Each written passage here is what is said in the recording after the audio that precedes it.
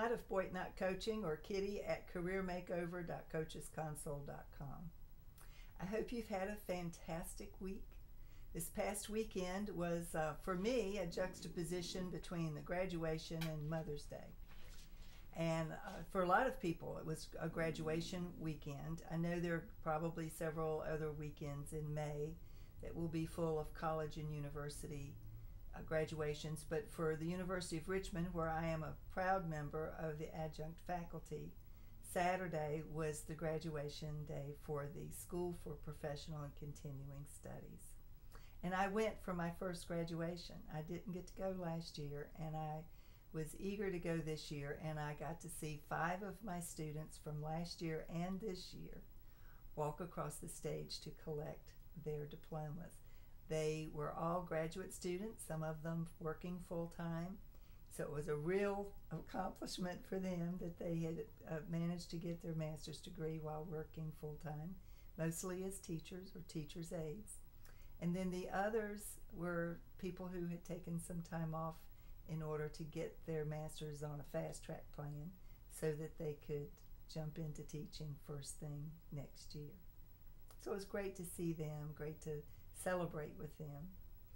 On Sunday, as you all know, it was Mother's Day. So if you are a mother, happy belated Mother's Day.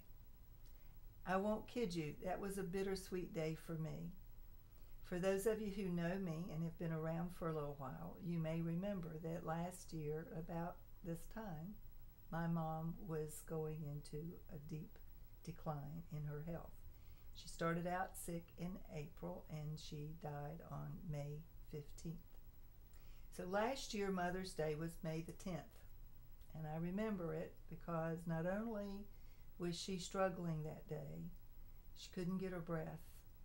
And she kept complaining that they weren't giving her enough oxygen for her to feel like she was able to breathe. And I saw the look of panic in her face. And it was the first time in her 86 years that she'd ever talked about maybe it being time to move on. She was that unhappy and miserable. They finally got her somewhat settled and more comfortable. But I remember she didn't open any of her Mother's Day cards. And that was a signal. What she said was, I'll open them when I get home. But I know that she must have known, just as we knew, that the chances of her getting to go home were declining by the day.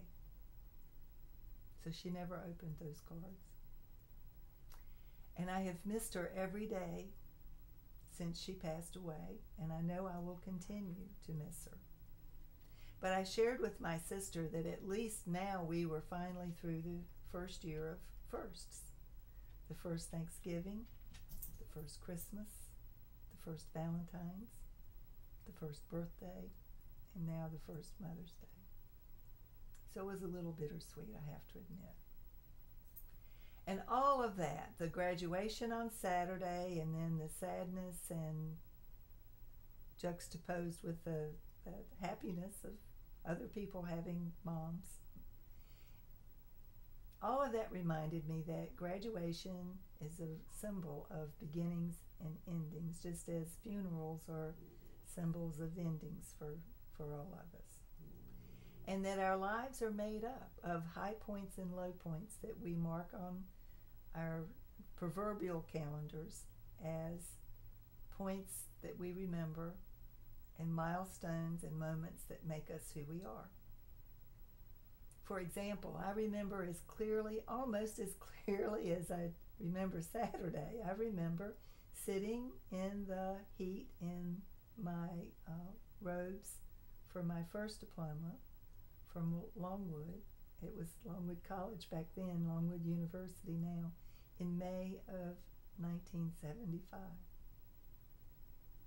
And I remember collecting my diploma from Hollins for my first master's. I didn't go to UVA for my second master's, but I did walk for my PhD.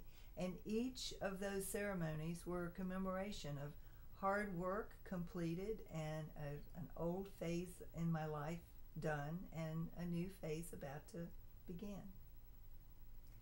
So graduations are symbols of beginnings. And then there are other, and it's a symbol of endings as well. You know, that my undergraduates who will be moving on after they graduated Sunday, their lives as undergraduates are now over, and now they're moving on into their lives as young adults who are going to be, for the most part, responsible for themselves totally for the first time. You know, their parents will still be around, and the university will be there for them as alumni. But as far as being able to fall back on the university, that time has now come to an end. So, all of that was just a reflection of, you know, how we celebrate, how we commemorate, how we note milestones in our lives.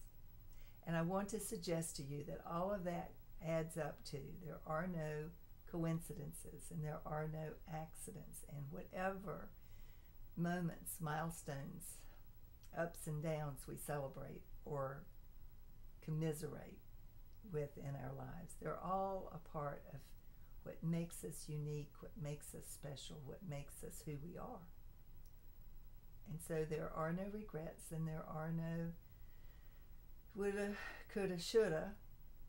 There's only what is, and we do the best we can with what is, and we become the best we can with what is. And that's my message for today.